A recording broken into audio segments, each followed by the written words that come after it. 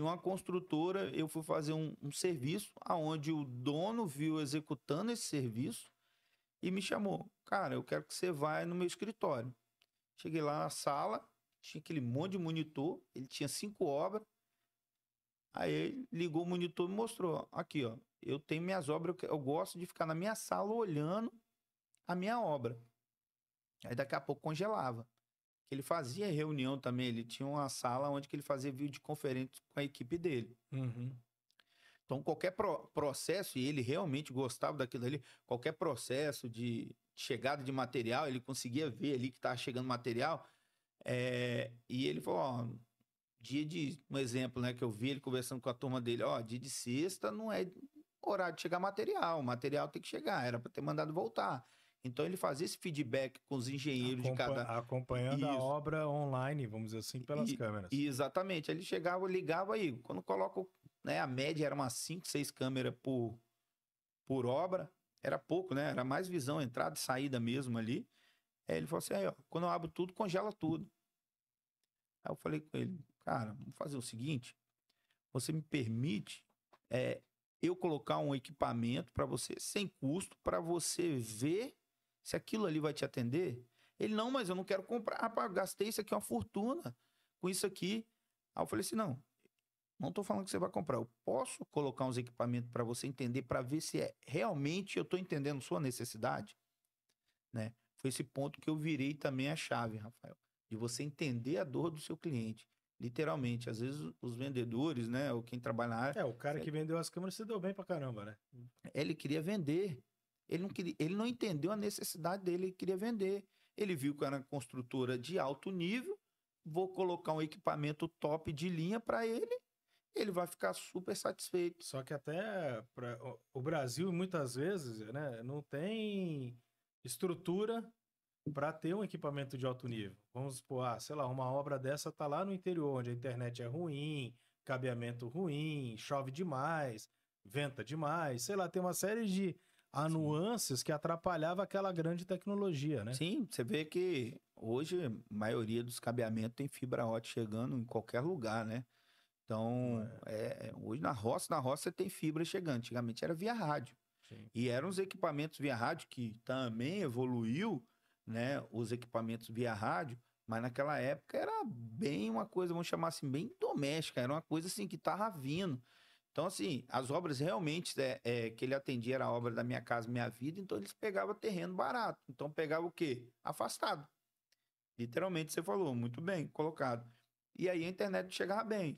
Então pensa bem, você tem um equipamento de 2 mega naquela época, Que precisava de uma internet robusta.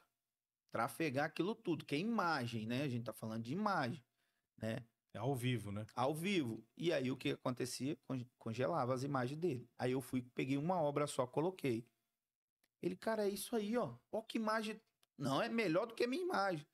Mas não era que era melhor, é porque literalmente o que a Ela era função mais leve. era mais leve e ele conseguia ver.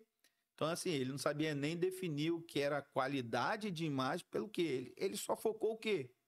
No que ele precisava. Uhum. Ele não olhou exatamente os pixels da câmera. Ele literalmente ele conseguiu enxergar o que ele queria ver. Ele falou: não, é isso aqui, ó. Essa imagem é melhor do que essa daqui. O que é? Eu falei assim: ó, você iria gastar para trocar na obra toda. Literalmente saiu mais ou menos isso, 10%. Ele pegou aquele: não, pode trocar. Você quer trocar uma coisa pela outra? Ele falou. Aí eu falei: não, para você não ter o custo, a gente chegou, fizemos um acordo, eu deixei como locação para eles equipamentos, né? E a gente usou toda a infraestrutura que já estava pronta. Foi só trocar equipamento mesmo. E é literalmente isso que eu venho E ele acabou tentando. te dando as câmeras mesmo. Deu as câmeras. E era caro naquela época, tá? E Que você faz... acabou instalando ela em outros Sim, lugares. sim, Tal. acabei usando aqui a internet, já vamos botar aqui na capital, já era muito melhor e ainda, mas assim, era coisa de alto nível. Naquela época, literalmente a internet, mesmo aqui no centro de Vitória, se você fosse trabalhar com o máximo que a câmera oferecia, ela ia travar, né? Porque ainda não, tá falando, não A tinha, estrutura de internet ainda não era boa. era 3G, pra você ter ideia, né? Então pensa bem, você trafegar isso não tinha internet, eu acho que Se eu não me engano, era 10 mega que tinha de Uhum. internet, o máximo que você tinha. Então, você congelava, ainda mais que você tem outras coisas que você, computador que ele tinha a parte de videoconferência e tudo, outro mais, ele querendo acessar aquilo ali ao vivo, e E realmente, várias obras ao mesmo e tempo. várias obras ao mesmo tempo. Então, assim, isso que a gente vem trabalhando, né, aqui em Vitória, né, no Espírito Santo, que é literalmente entender o que o cliente precisa, né? E o cliente pega confiança em você, né?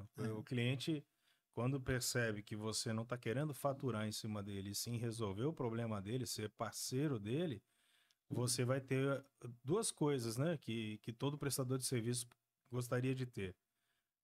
Referência, ele vai passar a ser uma referência, ele vai passar a te indicar, e recorrência, ou seja, sempre que ele precisar do mesmo serviço, ele não vai arriscar com outro, ele vai te buscar novamente.